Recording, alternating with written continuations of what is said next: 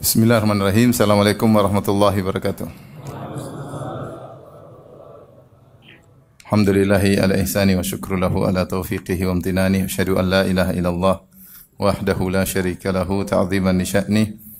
Wa asyhadu anna Muhammadan abduhu wa rasuluhu da'ila ridwani. Allahumma salli alaihi wa ala alihi wa ashabihi wa ikhwani. Hadirin dan hadirat yang dirahmati Allah Subhanahu wa taala, pada kesempatan kali ini kita akan bahas tentang sabar dan 3 macam model sabar. Sungguhnya di antara ibadah yang sangat agung adalah sabar. Begitu agungnya sampai Allah Subhanahu wa taala sebutkan tentang sabar dalam Al-Qur'an lebih dari 90 kali. Sekali saja disebutkan sudah merupakan ibadah yang agung, apalagi jika disebutkan sampai 90 kali tentang sabar. Oleh karenanya sabar salah satu ibadah yang sangat mudah memasukkan dalam surga. Ibadah yang pahalanya tanpa batas. Kata Allah Subhanahu wa taala, "Innama yuwaffas sabiruna ajrahum bighairi hisab." Sungguhnya orang yang bersabar diberikan ganjaran tanpa batas. Dan Allah Subhanahu wa taala berfirman tentang sabar adalah sebab utama masuk surga, di antaranya firman-Nya, "Wa jazahum bima sabaru jannatan wa harira." Maka Allah Subhanahu wa taala membalas mereka karena kesabaran mereka, Allah berikan surga dan sutra, ya. Sini Allah mengatakan bima sabaru, karena bersabar mereka Allah balas surga. Dalam ayat yang lain Allah menyebutkan tentang para malaikat yang memberi salam kepada penghuni surga. Kata Allah Subhanahu wa taala, "Wal malaikatu yadkhuluna 'alaihim min kulli bab, salamun 'alaikum bima sabartum fa ni'ma 'uqbad dar." Dan para malaikat menemui para penghuni surga dan menyampaikan salam kepada para penghuni surga. Mereka berkata, "Salamun alaikum," keselamatan atas kalian, "bima sabartum," karena kesabaran kalian. Itu kalian selamat sampai di surga, selamat dari kebinasaan, selamat dari kesulitan, selamat dari kesedihan. Kalian di puncak kebahagiaan. Kenapa? Bima sabartum, karena kesabaran kalian. Demikian juga ketika Allah sebutkan tentang ibadur rahman, ciri-cirinya ibadur rahman sangat banyak. Di penghujung Allah berkata, "Ulaika yujzaunal ghurfata bima sabaru." Mereka itulah orang-orang yang diberikan ganjaran al-ghurfa. Al-ghurfa itu surga yang tinggi. Bima sabaru, karena kesabaran mereka. Sehingga sabar adalah salah satu cara paling cepat masukkan orang dalam surga, karena pahalanya tanpa batas. Dan di dunia Allah Subhanahu wa taala mengabarkan tentang orang-orang yang sabar. Innallaha ma'as sabirin. Allah bersama orang yang sabar, yaitu Allah akan menemani mereka, kemudian menguatkan mereka, menolong mereka, yaitu al-ma'iyah al-khassah, yaitu kebersamaan khusus. Allah membersamai mereka dengan kebersamaan khusus.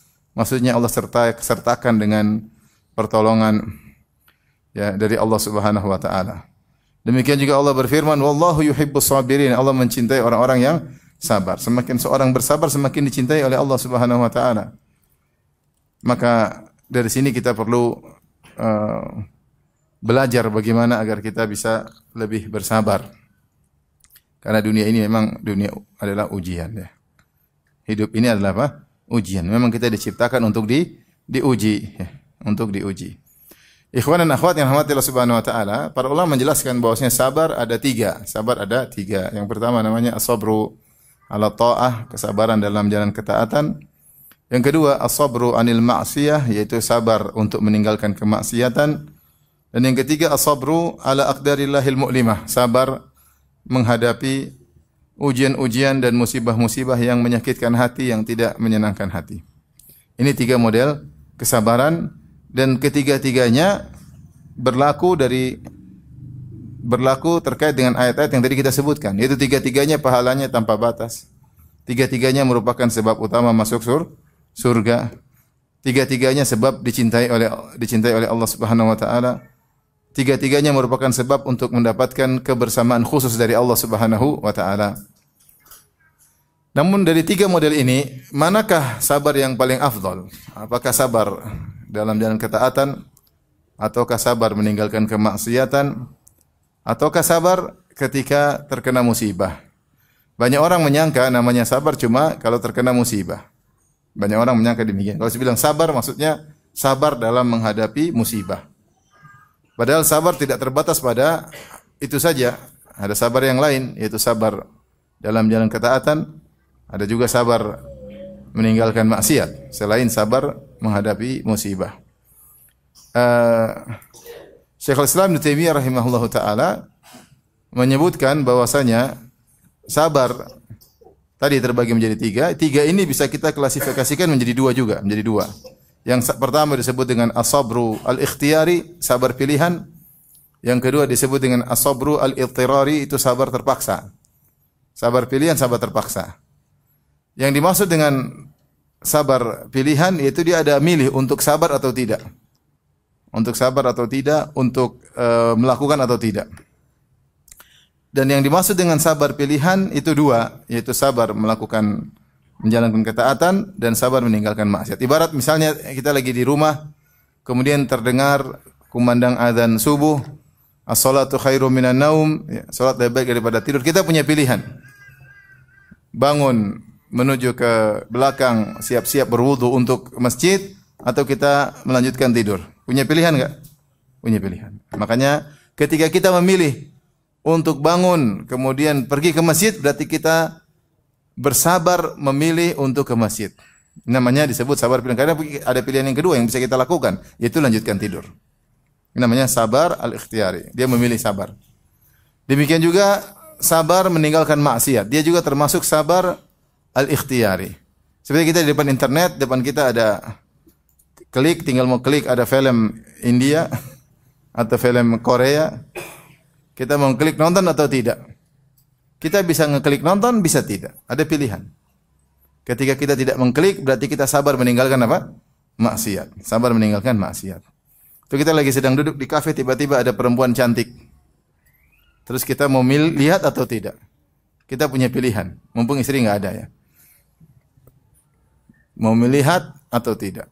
Kalau kita menundukkan pandangan, berarti kita memilih tidak melihat. Itu namanya sabar meninggalkan maksiat. Atau kita melanggar, kita lihat. Berarti kita tidak sabar. Ini namanya as-sabru al-ikhtiyari, sabar pilihan. Sabar yang model kedua, klasifikasi kedua adalah sabar as-sabru al-idtirari, sabar terpaksa. Sabar terpaksa terkait dengan sabar terkena musibah karena kita enggak ada pilihan. Kecolongan uang, enggak ada pilihan. Sakit, enggak ada pilihan, ya udah tinggal terima. Enggak ada pilihan sehat atau sakit. Kalau sakit atau sakit enggak ada pilihan. Diomelin istri, ada pilihan? Tidak ada, ya sudah, mau gimana lagi? Enggak ada pilihan. Sabar. Ini sabar terpaksa. Ya enggak? Ada pilihan enggak Bapak? Enggak ada. Itu namanya sabar terpaksa. Terkena musibah itu namanya sabar terpaksa. Ditinjau dari sisi ini, maka as-sabr al-ikhtiyari, sabar pilihan lebih afdol daripada sabar terpaksa. Paham? Kenapa? Karena terpaksa kita nggak ada pilihan, ya sudah, tinggal kita jalani. Tapi kalau sabar pilihan, dia bisa milih melakukan atau tidak. Maka ditinjau dari sisi ini, maka sabar pilihan lebih afdal daripada sabar terpaksa. Ya. Oleh karenanya Ibnu Taimiyah rahimahullah menyebutkan apa yang dialami oleh Nabi Yusuf alaihissalam, beliau mengalami 3 model sabar. Di antaranya beliau mengalami sabar al-idtirari, sabar terpaksa. Apa yang dialami oleh Nabi Yusuf alaihissalam, dia dimusuhi oleh kakak-kakaknya. Dia enggak ada pilihan. Dihasadin oleh kakak-kakaknya, enggak ada pilihan. Dilemparkan dalam sumur, dia enggak ada pilihan. Dia enggak ada pilihan, ya sudah, mau diapain, melempar dalam, buka bajunya lempar dalam sumur. Dipisahkan dari ayahnya yang sangat dia cintai oleh kakak-kakaknya, kakaknya pisahin dia agar jauh tidak dilihat lagi oleh Nabi Yakub alaihissalam. Dia tidak ada pilihan. Ini semua adalah sabar terpaksa dan dia menjalaninya dengan penuh kesabaran. Taib. Dia diuji juga dengan sabar meninggalkan maksiat. Nah, ini baru sabar pilihan. Ketika diuji dengan wanita yang sangat cantik jelita, yaitu Imra'atul Aziz. Ada yang mengatakan namanya Zulaikha, ada yang mengatakan namanya yang lain pula. Intinya dia Imra'atul Aziz, istri dari seorang pejabat tinggi di Mesir ketika itu, yang sangat cantik jelita yang Allah abadikan dalam surat Yusuf. Farawadatul lati huwa fi baiti an nafsi wa ghallaqatil abwab wa qalat hayta lak. Sebagaimana sudah pernah kita jelaskan dalam banyak pengajian. Intinya wanita tersebut sangat cantik jelita, sudah cantik kemudian dia menghiasi dirinya. Kemudian Yusuf masih muda. Kemudian Yusuf jauh dari kampungnya. Kalau orang jauh dari kampung semakin mudah untuk apa? Bermaksiat, ya. Kemudian tidak ada yang lihat, wa ghallaqatil abwab, semua pintu sudah tertutup. Kemudian sang wanita agak maksa, ya, ngancam, ya. Subhanallah. Yang lebih parah, sang wanita sudah di puncak hasrat dan Nabi Yusuf juga kata Allah wa hamma biha. Yusuf juga sudah tergerak hasratnya. Dia muda, di depan dia wanita cantik. Laula an ra'a burhana rabbih. Kalau bukan dia melihat petunjuk dari Allah Subhanahu wa taala, tapi dia memilih untuk meninggalkan maksiat. Maka dia pun kabur, wastabaqal baba, kemudian dia kabur menuju pintu untuk melarikan diri. Akhirnya ditariklah baju dari belakang. Sabarnya Yusuf meninggalkan maksiat, meninggalkan rayuan Zulaikha atau Imratul Aziz, ini lebih afdal daripada ketika Yusuf sabar dilempar dalam sumur. Lebih afdal daripada Yusuf sabar ketika dipisahkan dari ayah dan ibunya. Kenapa? Karena ketika dilempar di sumur dan dipisahkan dari orang tua itu sabar al-ittirari, as-sabrul ittirari, sabar terpaksa. Adapun ketika digoda oleh Imratul Aziz, maka itu sabar pilihan. Demikian juga sabar yang dialami oleh Nabi Ibrahim alaihissalam ketika diperintahkan oleh Allah Subhanahu wa taala untuk berdakwah. Dia bersabar berdakwah, bersabar untuk menyampaikan hujjah di hadapan ayahnya meskipun harus diusir. Dia bersabar menyampaikan hujjah di hadapan kaumnya. Dia bersabar, kemudian dia menghancurkan patung-patung dan dia dialog dan dia tahu resikonya seperti apa. Dia bersabar dalam menjalankan dakwah. Kemudian dia bersabar juga untuk berpisah dari anaknya, ya. Dan diperintahkan untuk menyembelih anaknya, sabar untuk menyembelih anaknya yang Allah sebut dalam Al-Qur'an, falamma balagha ma'us sa'ya.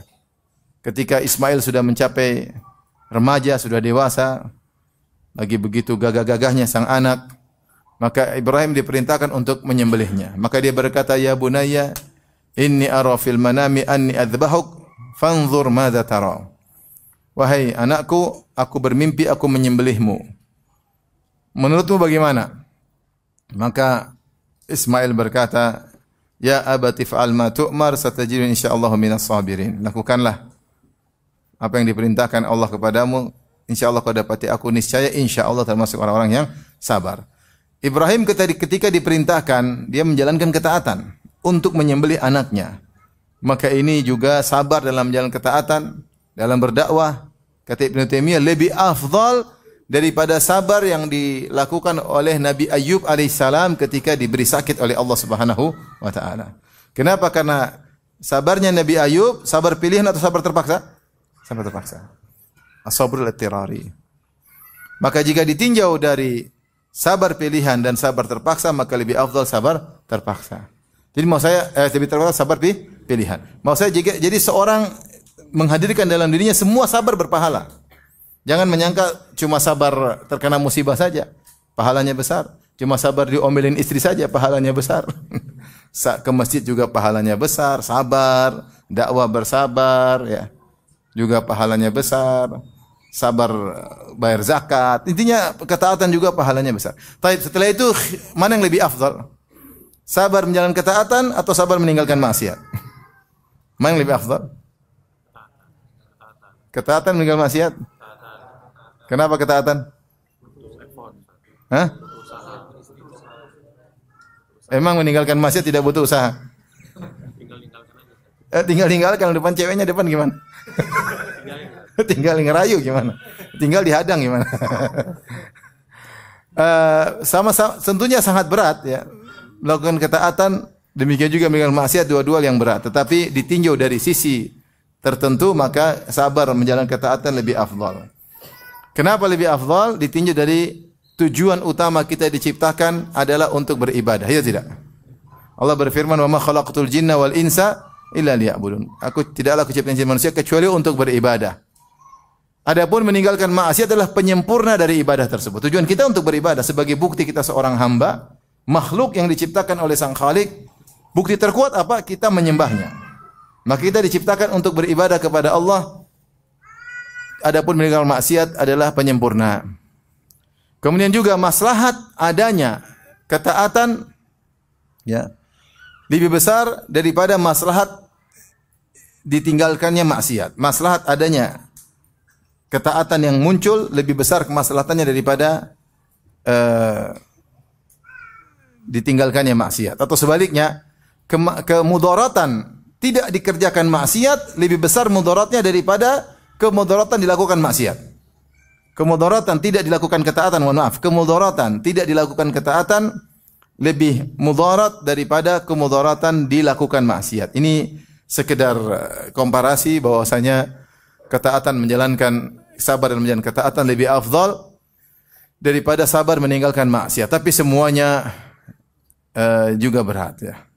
Tentu ini pembicaraan secara teori, tapi ketika kita masuk secara per kasus maka bisa berbeda. Contohnya gimana?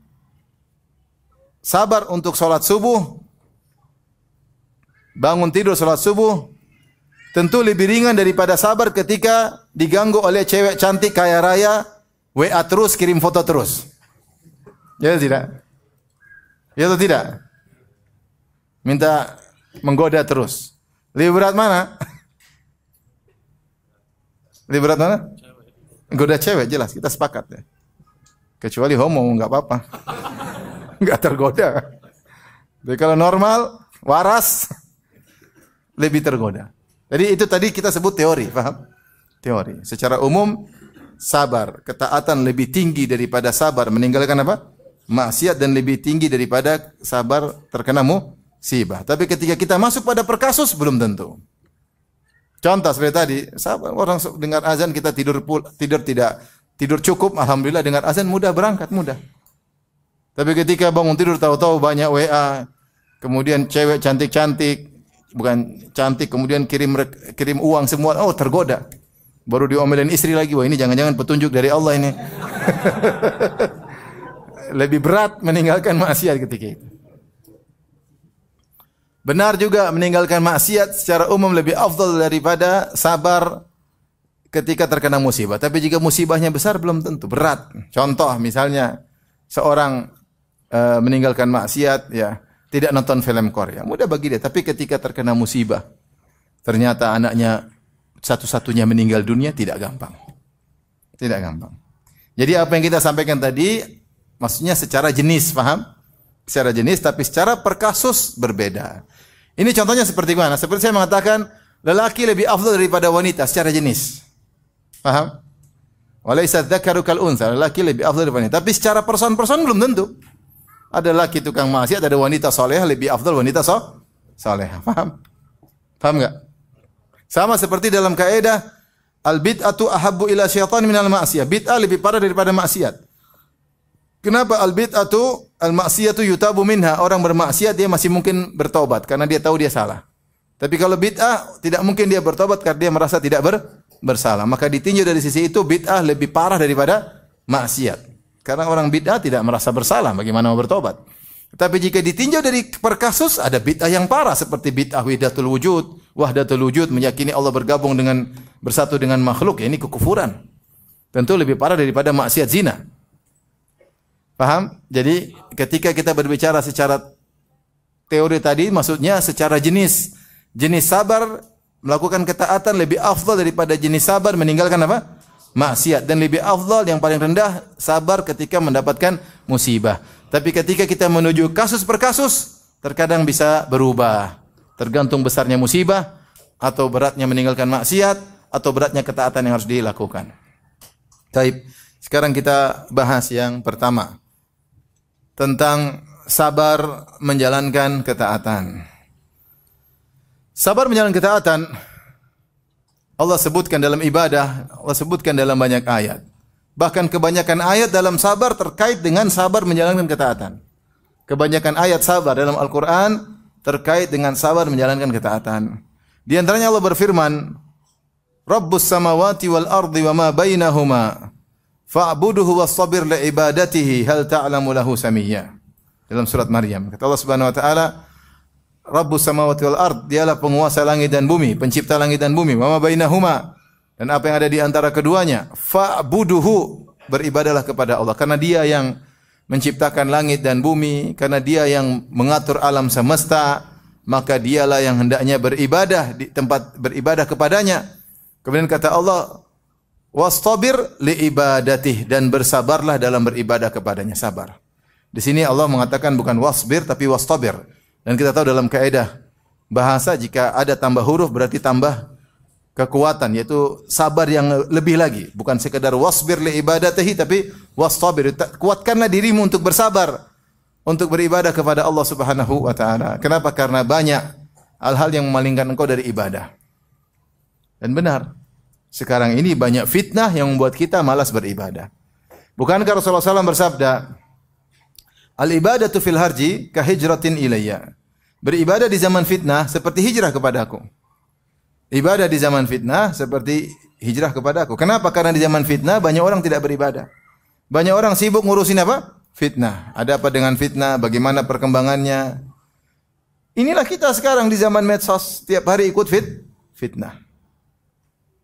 Waktu kita untuk nonton fitnah, untuk menikmati fitnah, untuk mengomentari fitnah, untuk membicarakan fitnah, fitnah wanita, fitnah harta, fitnah politik, fitnah macam-macam, sehingga melalaikan kita dari beribadah. Akhirnya kita kurang baca Quran, akhirnya kita susah sholat malam, akhirnya kita kurang zikir. Tiap hari zikir manusia, bukan zikir Allah Subhanahu wa taala. Dan itulah yang terjadi. Makanya untuk sabar dalam ibadah butuh ekstra energi. Allah mengatakan wastabir li ibadati, bersabar dalam beribadah. Bersabar dalam beribadah. Allah juga berfirman tentang salat misalnya, wa'mur ahlaka bis salati wastabir 'alaiha. Perintahkanlah keluargamu untuk salat dan bersabarlah dalam salat. Sabar dalam salat, sabar dalam merintahkan anak istri untuk salat, dan seterusnya. Jadi kalau kita perhatikan ayat-ayat tentang sabar, ayat-ayat sabar kebanyakannya tentang sabar dalam beribadah. Lebih banyak daripada sabar dalam meninggalkan maksiat atau sabar dalam menghadapi apa? Musibah.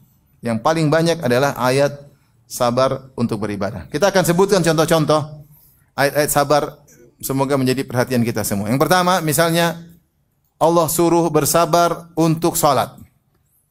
Allah suruh bersabar untuk salat.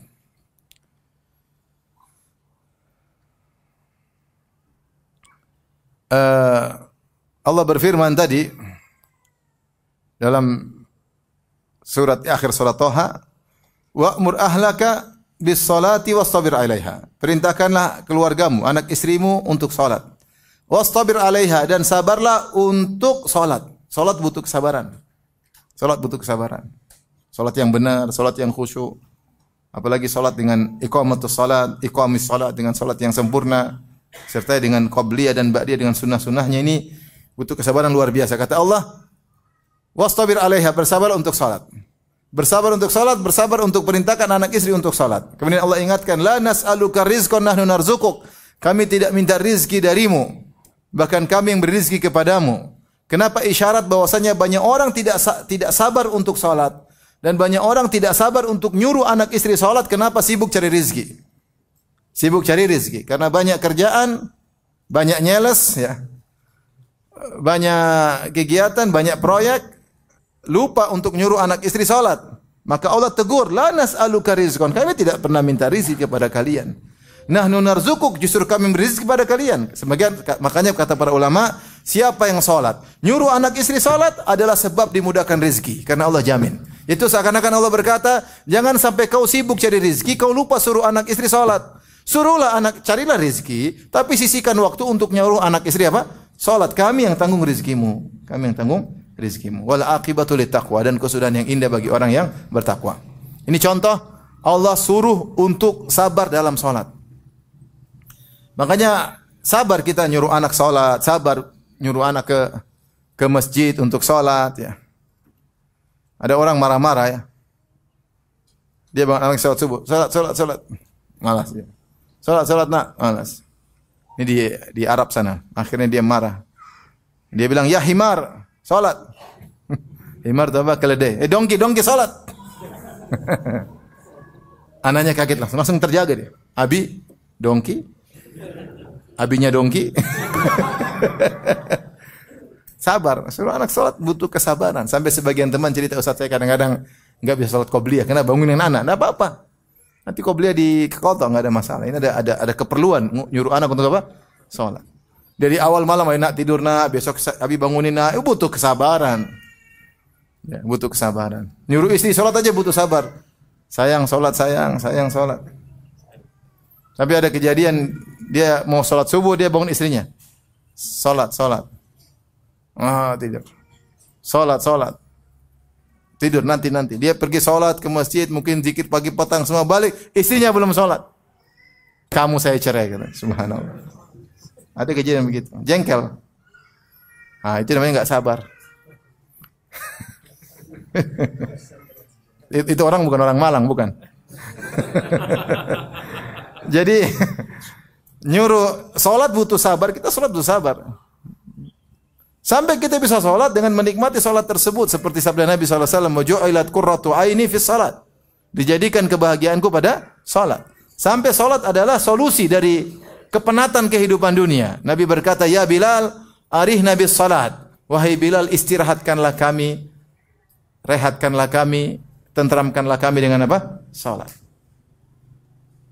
Sabar untuk salat. Ya.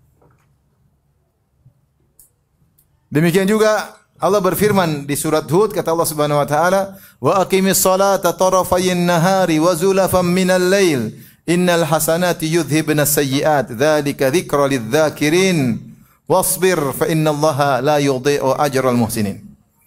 Kata Allah, dirikanlah salat di pagi dan petang, kemudian di awal malam, maksudnya salat 5 waktu. Sungguhnya kebaikan-kebaikan di antaranya salat akan menghilangkan dosa-dosa. Ini adalah peringatan bagi orang-orang yang mengambil pelajaran. Kemudian Allah berfirman, "Wasbir," bersabarlah. Fa innallaha la yudhi'u ajral muhsin. Allah tidak akan menyia-nyiakan pahala orang yang berbuat baik. Pahala salatmu tidak ada yang sia-sia. Salat aja, salat. Orang mungkin sedang mengumpulkan harta, kau kumpulkan pahala salat. Orang sedang sibuk bangunkan istana, kau sibuk bangun istana di surga. Tidak akan ada satu rakaat pun yang sia-sia.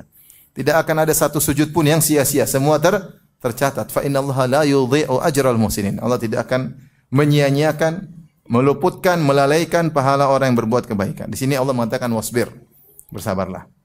Salat butuh kesabaran.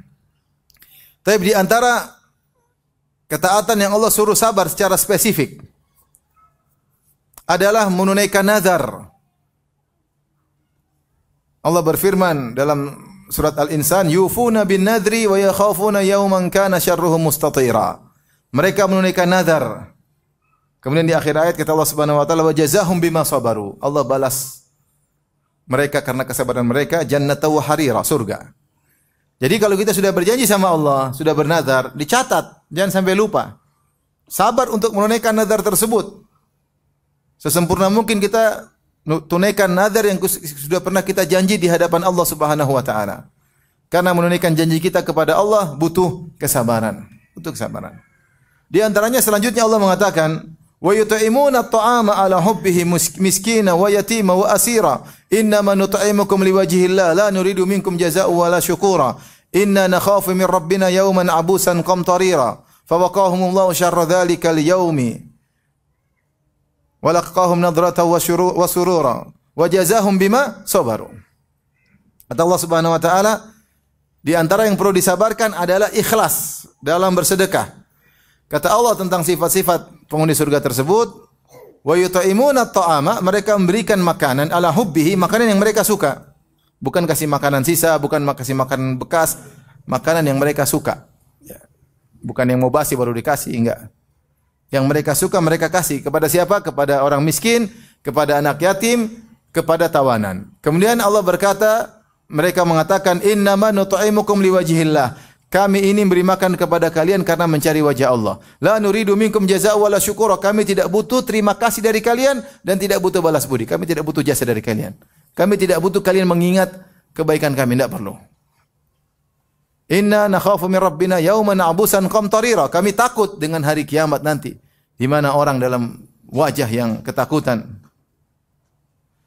Setelah itu Allah berfirman, "Wa jazahum bima sabaru." Allah beri balasan mereka atas kesabaran mereka surga. Maka di antara ketaatan yang perlu disabarkan adalah keikhlasan. Keikhlasan. Ketika bersedekah harus ikhlas. Sekarang ini kita hidup di zaman orang yang tidak sabar untuk ikhlas. Sehingga setiap beramal soleh dia publish. Dia publish. Sedekah dia publish, kunjungi anak yatim dia publish, membantu janda dia publish. Janda tua publish, janda muda apalagi dipublish. Kemudian dia kemana-mana dia publish, umroh dia publish, haji dia publish, berdakwah di hutan belantara dia publish. Kalau kajiannya tidak apa-apa, tapi semuanya dia publish. Perjalanannya, rintangannya, dia publish semuanya. Semua amal soleh tidak sabar untuk tidak dipublish. Kecanduan kalau tidak dipublish, gatal kalau tidak dipublish. Jadilah kecanduan suka memamerkan amal soleh. Sekarang kita zaman orang suka pamer amal soleh. Bukan cuma audiens, ustaz pun demikian, tidak sabar untuk menyembunyikan amal soleh. Ketika sang ustaz suka pamer amal soleh, akhirnya audiens lebih parah daripada ustaznya. Maka sayang kalau amal soleh kita publish, khawatir kita tidak ikhlas. Oleh karenanya sekarang butuh keikhlasan dalam menjalankan ketaatan. Ini disebutkan Ibnu Qayyim menyebutkan kenapa sabar dalam ketaatan derajatnya tinggi, karena antum harus sabar dalam 3 perkara. Pertama, sabar dalam ikhlas, tidak mengharap duniawi sedikit pun, tidak mengharap sanjungan sedikit pun, tidak mengharap penghargaan sedikit pun dari manusia. Hanya mencari wajah Allah. Ini butuh kesabaran tingkat tinggi. Karena hati ini suka goyang. Yang kedua adalah sabar menjalankan ibadah tersebut sesuai dengan sunnah Nabi SAW. Sabar menjalankan sunnah. Yang ketiga, sabar untuk mudawamah, terus-terusan. Ya, terus-terusan, continue. Ini 3 kesabaran inilah di antara yang menyebabkan sabar di atas ketaatan berat. Di antaranya kata Ibnu Qayyim rahimahullah, karena butuh keikhlasan. Jadi ikhwan, jangan biasakan diri kita untuk pamer amal soleh. Kalau ketika hati ingin pamer, tidak usah. Kita mau publish, jadikan status. Waduh, status enggak ya? Enggak usah. Sabar, jangan diklik, sabar. Sabar ya. Jangan suka pamer amal soleh. Dalam bentuk apapun, meskipun secara terang-terangan maupun isyarat. Isyarat seperti apa? Ketika di kota Madinah suhu 47 derajat. Alhamdulillah Allah masih menguatkan langkah kakiku menuju masjid, salat berjamaah. Terima kasih Rabbku. Subhanallah. Contoh. Apa perlunya? Enggak usah. Dibawakan riya dalam bentuk bersyukur kepada Allah. Itu namanya riya dengan isyarat. Contoh lagi bikin status. Lagi i'tikaf, tidak menerima call WhatsApp.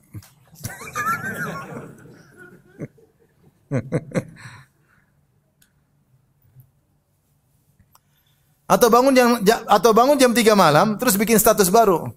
Akhirat lebih baik daripada dunia. Maksudnya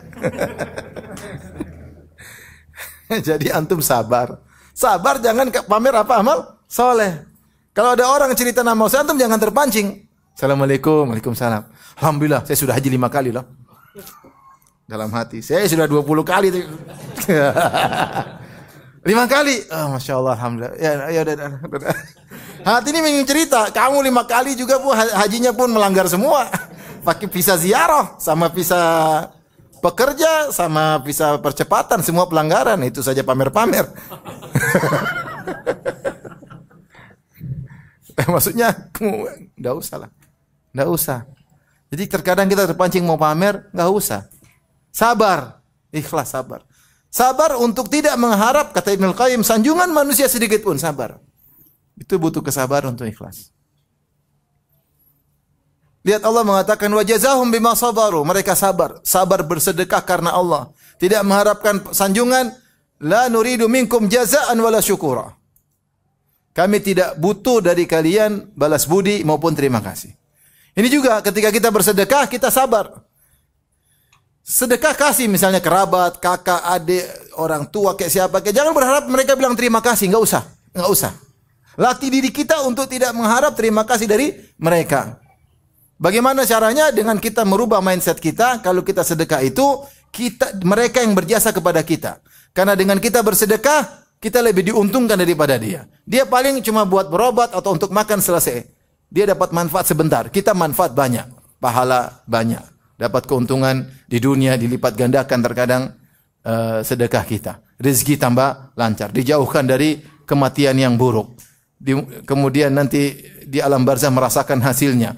Di akhirat apalagi banyak. Jadi yang diuntungkan kita bukan dia. Maka kita rubah mindset sehingga kita tidak berharap, tidak merasa di atas ketika memberinya, dan tidak perlu mengharap balas budi dari dia. Oleh karenanya Aisyah radhiyallahu anha diriwayatkan ketika dia bersedekah, dia kirim budaknya, dia bilang, tunggu apa yang diucapkan oleh orang yang kita sedekahin terus. Yang kita sedekahin tadi. Maka budaknya nunggu, kemudian disedekahi, berdoa kebaikan buat Aisyah. Kemudian budaknya lapor, wahai Aisyah, wahai Ummul Mukminin, tadi waktu saya kasih sedekah, dia berdoa untuk Anda begini-begini. Aisyah balas doanya. Karena dia ingin pahala sedekahnya murni, tidak terpotong dengan doa orang tersebut. Maka dia balas doanya dengan doa tersebut, doa yang sama. Artinya tidak berharap sedikit pun terima kasih dari orang tersebut. Untuk begini tidak gampang. Apalagi kita sudah bantu orang, ternyata orang itu balas kita dengan keburukan, gibahin kita. Waduh, sakit hati. Sudah dibelikan sarung, masih gibahin kita. Lupa kemarin yang lunas saya hutang dia siapa. Lupa waktu dia sakit yang antar ke rumah sakit siapa. Kita mau bicara ini tapi tahan diri. Karena sudah gitu kita man wal adha, akhirnya pahala kita hilang. Jadi maksud saya dalam menjalankan ketaatan butuh kesabaran. Di antara ketaatan yang butuh kesabaran adalah menyambung silaturahmi. Allah sebut dalam surat Ar-Ra'd ketika Allah memuji para penghuni surga, Allah berkata, "Wassalamun alaikum bima sabartum." Keselamatan atas kalian karena kesabaran kalian. Apa sifat-sifat mereka? Di antara sifat-sifat mereka kata Allah Subhanahu wa taala, ya,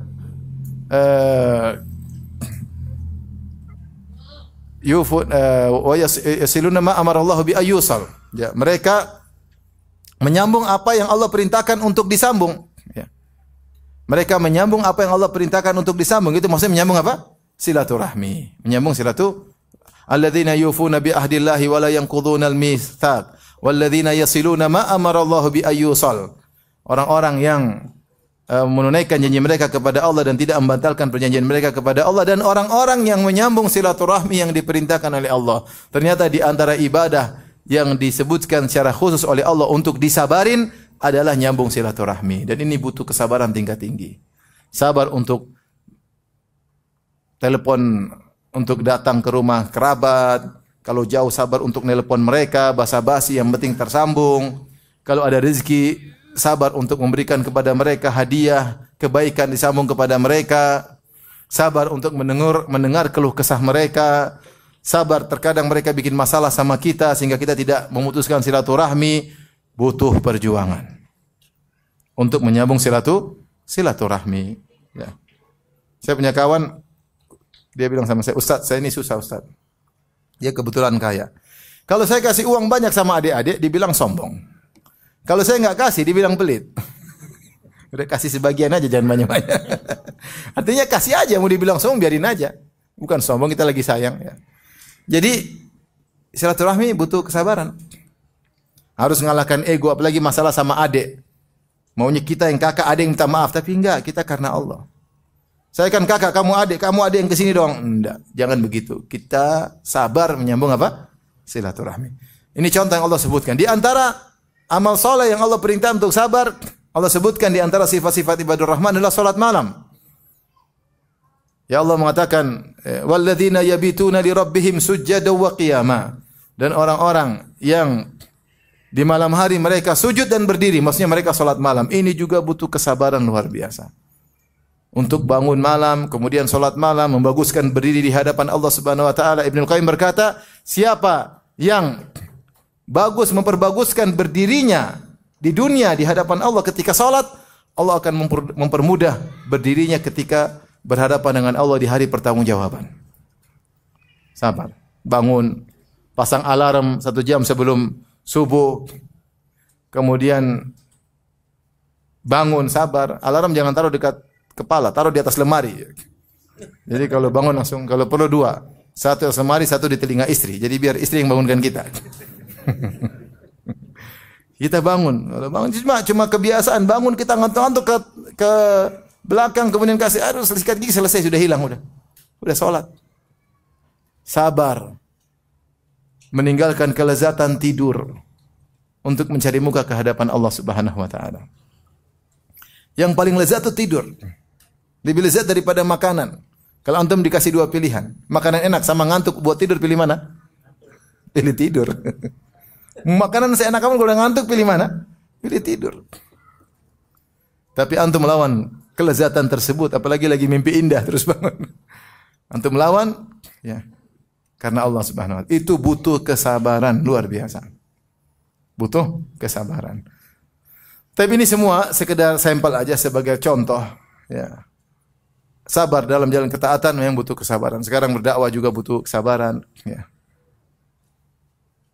Taib. Di antara bentuk perintah Allah, sabar yang paling berat Allah sebutkan di akhir surat Al-Imran. Kata Allah Subhanahu wa taala, "Ya ayyuhalladzina amanu sabiru wa sabiru wa rabitu wattaqullaha la'allakum tuflihun." Wahai orang yang beriman, bersabarlah. Isbiru. Allah mengatakan wasabiru dan muqawamah. Sabiru itu di antara tafsirannya yaitu lawan kesabaran mereka dengan kesabaran kalian, jangan sampai kalah. Yaitu musuh sabar, kalian juga sabar. Isyarat bahwasanya musuh-musuh dakwah juga butuh, mereka juga sabar. Maka jangan sampai kalian kalah dengan kesabaran mereka. Itu di antara makna wasabiru, karena dia wazan fa'ala mufa'alah, yaitu saling sabar. Sabarlah engkau sebagaimana mereka sabar. Ternyata Allah sebutkan para ahlul batil yang berdakwah mendakwahkan kebatilan juga sabar. Contoh Allah sebutkan orang-orang musyrikin dahulu, di antaranya kaum Nuh. Wa qalu la tadharunna alihatakum wa la tadharunna wadda wa la suwa'a wa la yaghutha wa ya'uqa wa nasra. Kata pembesar-pembesar kaum Nabi Nuh menghasung anak buah mereka dengan berkata, la tadharunna alihatakum. Jangan sekali-sekali kalian meninggalkan sembahan-sembahan kalian. Jangan sekali-sekali kalian menyembahkan Wat, Suwa, Yaguth, Ya'uq, Nasr. Ini lima sesembahan di zaman Nabi Nuh. Ayo sembah terus, sembah. Jangan dengar si Nuh, terus sembah. Jadi mereka sabar untuk menyembah berhala. Sabar atau tidak? Sabar. Sabar untuk syirik. Di zaman Nabi juga Allah sebutkan, "Wantalaqal mala'u minhum animshu wasbiru ala alihatikum inna hadza la syai'un yurad." Kata Allah Subhanahu wa taala, berjalan sebagian pembesar-besar mereka dan berkata, "Animshu, ayo jalan, wasbiru ala alihatikum." Sabarlah dalam menyembah Tuhan-Tuhan kalian. Sabar. Sabar, jangan dengar Muhammad. Dalam ayat yang lain mereka berkata, "In kada la yudhilluna laula an sabarna 'alaiha." Dalam surat Al-Furqan. Kata Allah Subhanahu wa taala, orang-orang musyrikin berkata, hampir-hampir Muhammad menyesatkan kita, subhanallah. Hampir-hampir kita disesatkan oleh Muhammad kalau bukan karena kita sabar di atas kesyirikan. Jadi mereka sabar enggak? Sabar. Bukan cuma antum aja yang sabar. Mereka juga sabar. Di antaranya Allah sebutkan mereka juga berinfak. Kata Allah Subhanahu wa taala, "Innal ladzina kafaru yunfiquna amwalahum liyasuddu an sabilillah, fasayunfiqunaha thumma takunu 'alaihim hasrah, thumma yughlabun. Wal ladzina kafaru ila jahannama yuhsyarun." Sungguhnya orang-orang kafir mereka berinfak di jalan syaitan untuk menghalangi manusia dari tauhid, dari jalan Allah. Fasayunfiqunaha, sungguh mereka akan menginfakkan harta mereka. Kemudian infak tersebut akan menjadi penyesalan bagi mereka, justru menggiring mereka ke neraka jahanam.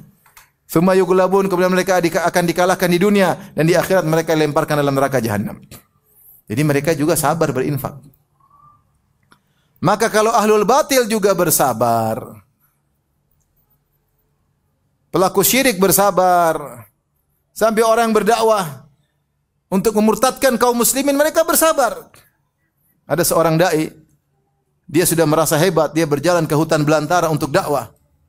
Sampai di sana tengah-tengah dia dapat misionaris wanita, cewek bule sedang dakwah di sana. Dia kalah sabar, ternyata sudah ada cewek bule yang mendahului dia.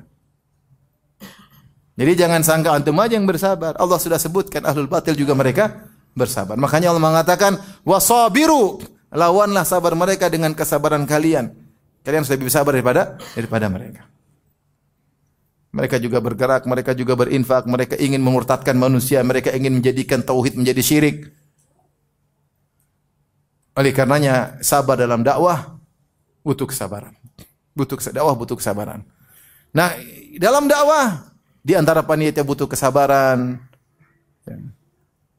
Dan demikian, lika-liku dakwah butuh kesabaran. Nabi Nuh alaihissalam dakwah luar biasa, sabar 950 tahun. Ya. Sabar 950 tahun. Dengan metode dakwah yang dia lakukan berbagai macam metode. Dia mengatakan, "Inni da'autu qaumi laila wa nahara." Ya Allah, aku dakwahi kaumku siang dan malam. Luar biasa, dakwah terus. Siang malam berdakwah. Kita cuma sebulan sekali. Nuh siang malam berdakwah. Kemudian dia mengatakan, ya, aku berdakwah asrartu lahum israra, ya. Aku berdakwah terang-terangan, aku berdakwah sembunyi-sembunyi, semua dia lakukan.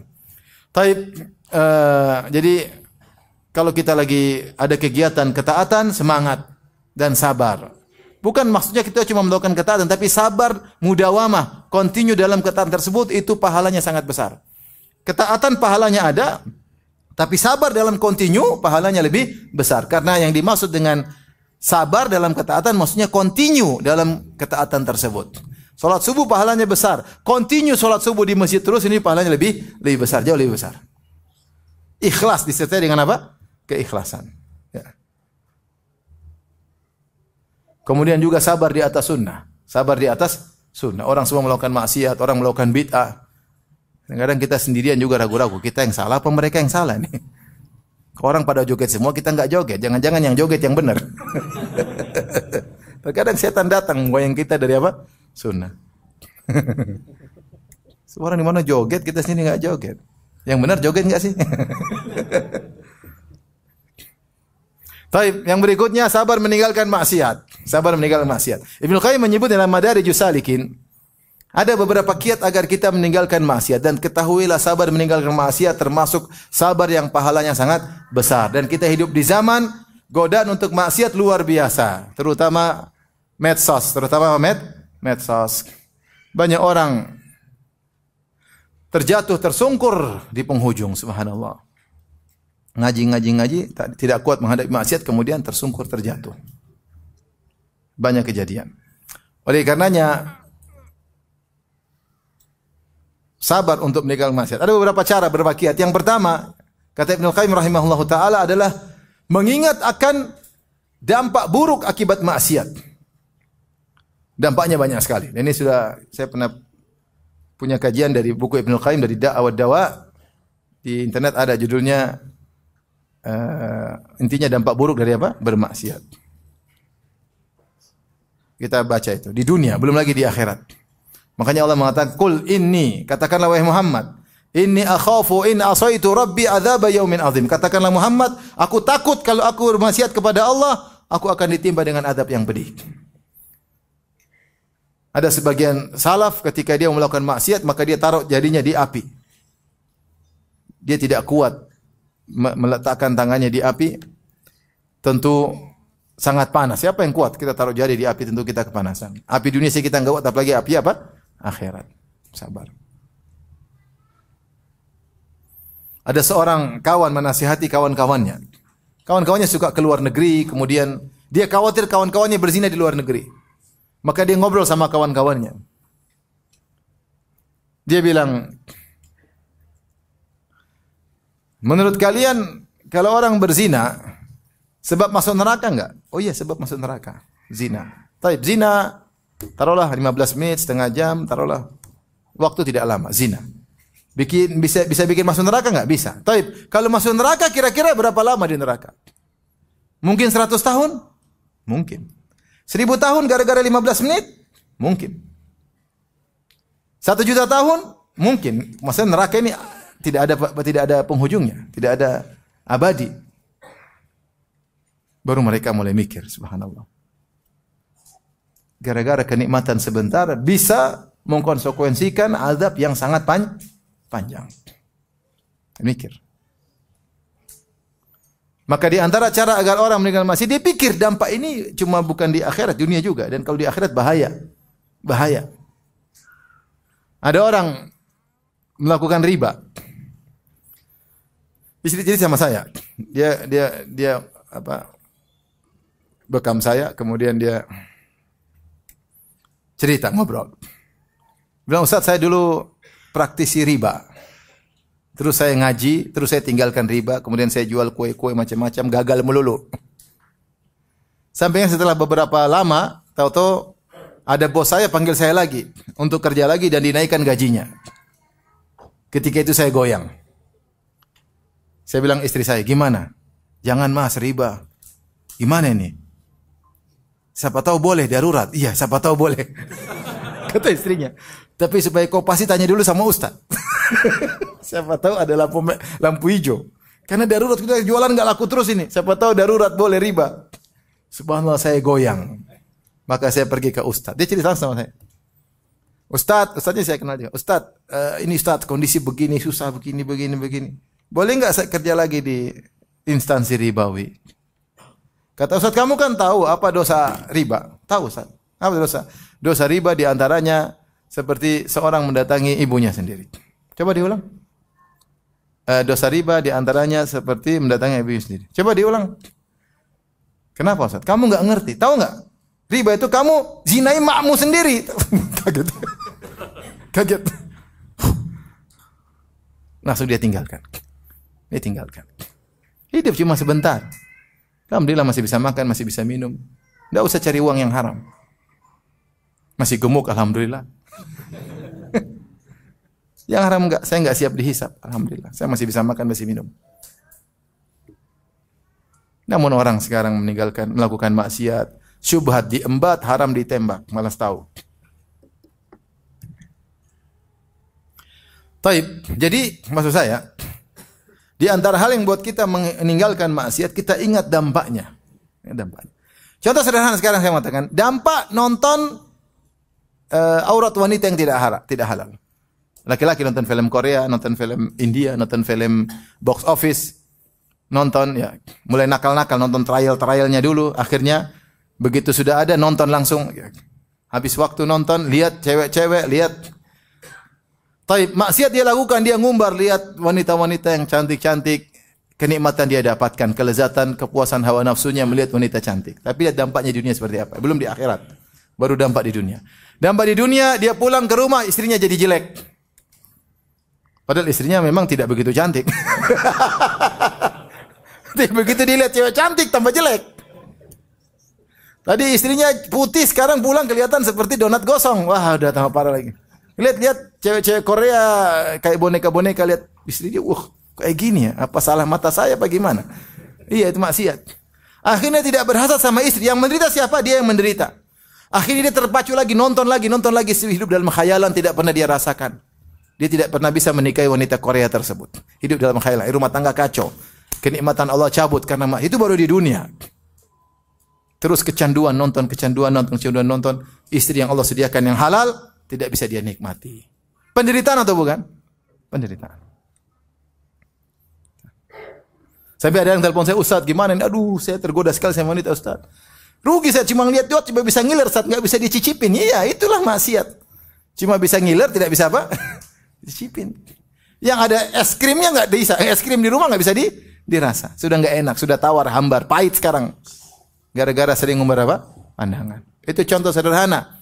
Bahwasanya maksiat mendatangkan penderitaan di dunia, belum di akhirat. Sampai ada kawan cerita, ada orang-orang non-muslim yang kerjanya berzina. Sampai kalau lihat istrinya, mohon maaf, dia tidak bisa berhasrat sama sekali. Sampai ke dokter bagaimana bisa lihat istrinya seksi luar biasa, buka-bukaan, tapi dia sudah sering berzina, istrinya hambar. Tidak ada rasa sama sekali. Bagaimana kalau kemudian dia sudah tua, sudah rusak, kasihan. Jadi maksiat itu hanya mendatangkan apa? Penderitaan. Di dunia, belum di akhirat, tidak ada ketenangan. Maka di antara cara kita meninggalkan maksiat, kita bilang kita hanya membuat diri kita menderita. Enggak usah diklik itu film Korea. Jangan diklik sama sekali. Jangan diklik film India. Jangan diklik film-film apa? Hollywood, jangan klik. Jangan dengar musik. Kalau dengar musik kecanduan. Al-Quran sudah tidak beri pengaruh lagi ke hati. Dengar musik, joget lagi, kecanduan lagi, dengar lagi sebelum tidur murojaah musik, bangun tidur murojaah apa? Musik. Goyang sana, goyang sini. Gimana mau terenyuh dengar ayat-ayat Allah? Enggak ada, omong kosong. Omong kosong. Tidak akan berkumpul antara cinta dengan musik-musik dengan kecintaan terhadap Al-Qur'an. Sehingga kalaupun ada imam, imamnya suaranya jelek, padahal hatimu yang jelek. Maunya imamnya yang nyanyi seperti pemusik. Pengaruhnya luar biasa. Hati tidak tenang, hati tidak tentram. Jiwa biasa dimanja, akhirnya kalau sudah manja senang-senang musik, pingin dimanja yang lain. Pingin inilah, nontonlah, pingin coba inilah, akhirnya jadi fly melulu di antara dampak maksiat. Maka ini di antara yang menyebabkan kita untuk berhenti, ingat dampaknya di dunia, apalagi dampaknya di akhirat. Kemudian di antaranya agar kita meninggalkan maksiat, kita malu kepada Allah. Allah sudah berikan kita banyak kenikmatan. Kemudian kita gunakan kenikmatan tersebut untuk membangkang perintah Allah Subhanahu wa taala. Allah mengatakan, "Alam naj'al lahu ainain?" Bukankah kami telah menjadikan bagi engkau dua mata? Wa lisana wa syafatain, lisan dan dua bibir. Kemudian kita gunakan untuk memandang yang haram, kita gunakan untuk berbicara yang haram. Malu sama Allah Subhanahu wa taala.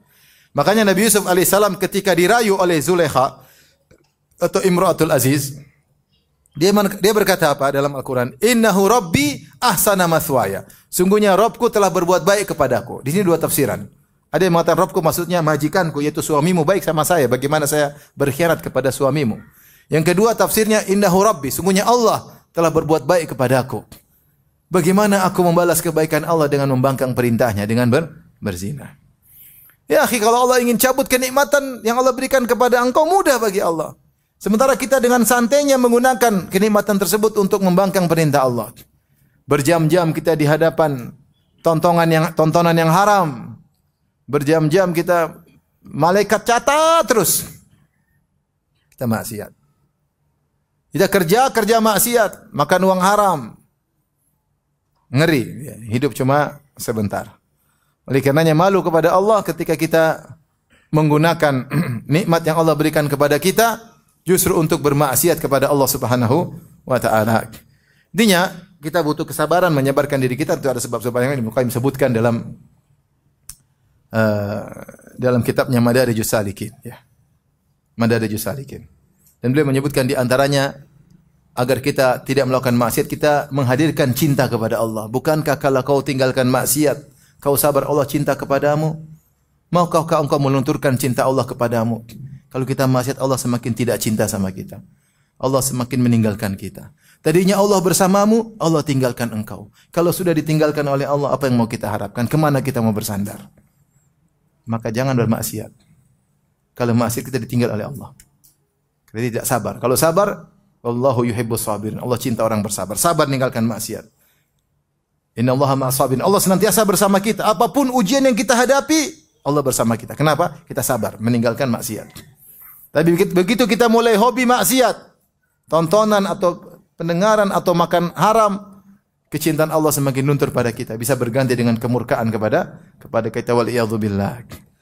Tapi yang terakhir adalah bersabar dalam rangka menghadapi musibah yang dibenci. Ada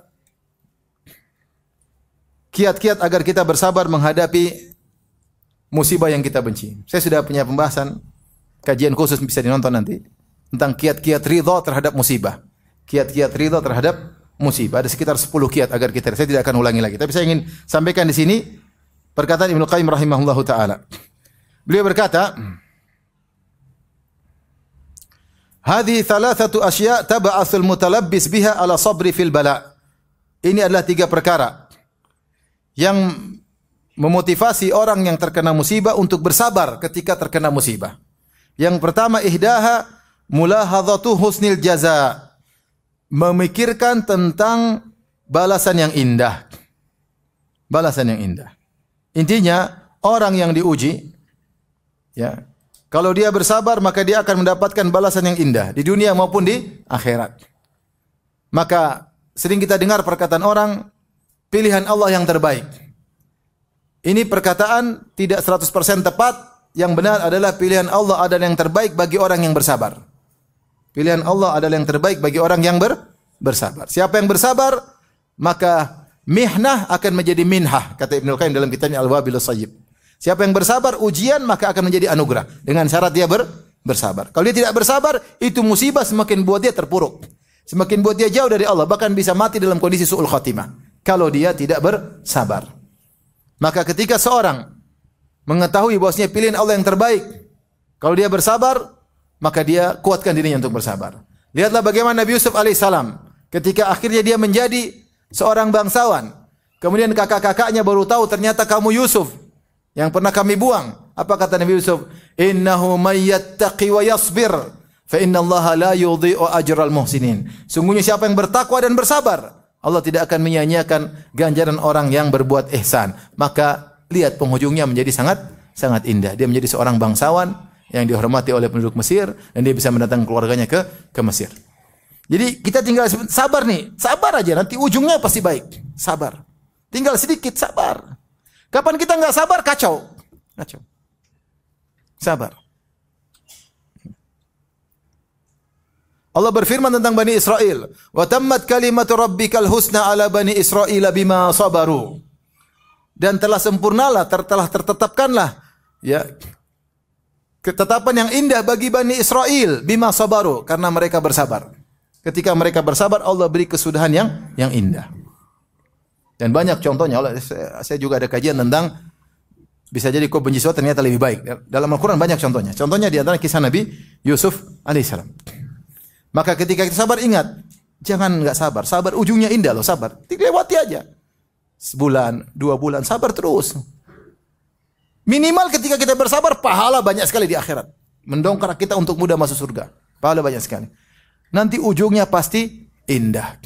Makanya Ibnu Qayyim punya perkataan yang menarik. Dia berkata, wa ajma'a uqala'u kulli ummatin ala anna an-na'ima la yudraku bin na'im.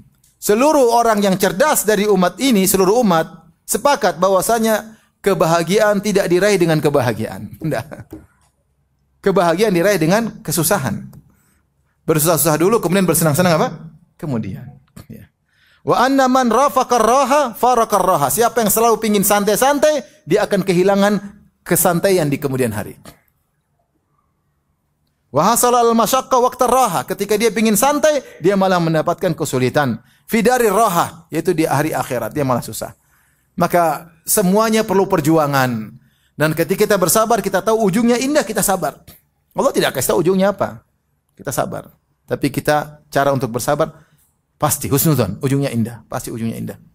Dan alhamdulillah antum saya rasa sudah diberi cobaan-cobaan kecil dari Allah.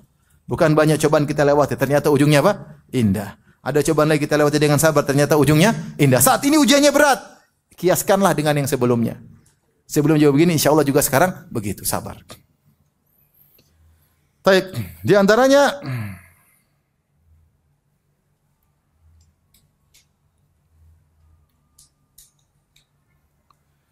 menganggap musibah itu ringan. Ini sudah azan ya? Sedikit lagi ya, sudah. Ntar lagi, kita selesaikan. Di antara cara kita menjadikan ujian kita ringan, kata Ibnu Qayyim rahimahullah ta'ala, adalah dengan mengingat nikmat yang sekarang ada. Antum sakit sekarang, tapi masih banyak. Misalnya antum sakit, alhamdulillah masih banyak nikmat. Masih ada rumah, masih ada istri, masih ada anak, masih bisa melihat, masih bisa mendengar, masih bisa sholat, masih bisa berzikir. Nikmat yang hadir ini aja masih banyak. Masih banyak. Itu meringankan penderitaan kita. Lihat ke bawah yang lebih parah masih banyak. Makanya ada seorang yang dia mengeluh tentang ujian yang dihadapi. Maka dia datang kepada gurunya bilang, ambil 2 kertas. 1 kertas isi penderitaanmu, 1 kertas isi tentang kenikmatan yang ada padamu. Maka dia isi penderitaannya. 1 sakit ini, 2 sakit ini, 3 gini, 4 mungkin 10. Taib isi kenikmatan 100 pun enggak selesai. 1, 2, 3, 4. Bandingkan musibah yang kau hadapi dengan nikmat yang masih banyak yang sedang bersamamu, tidak ada bandingannya. Belum lagi kata Ibnu Qayyim rahimahullahu ta'ala, ingat tentang kebaikan-kebaikan yang lalu. Bukankah selama ini kau dikasih kebaikan yang panjang oleh Allah yang banyak? Sekarang kau diuji cuma sedikit. Makanya ketika Ayub alaihissalam diuji 7 tahun, kasih penyakit, istrinya sampai tidak sabar. Kata Ayub, ma'an softi, kau tidak sabar. Bukankah kita selama 70 tahun telah diberi kenikmatan oleh Allah, ini baru 7 tahun kau tidak sabar. Kau tidak adil kepada Allah Subhanahu wa taala. Selama ini kita sehat, nikmat, kasih ujian itu pun demi kebaikan kita. Terus kita tidak sabar.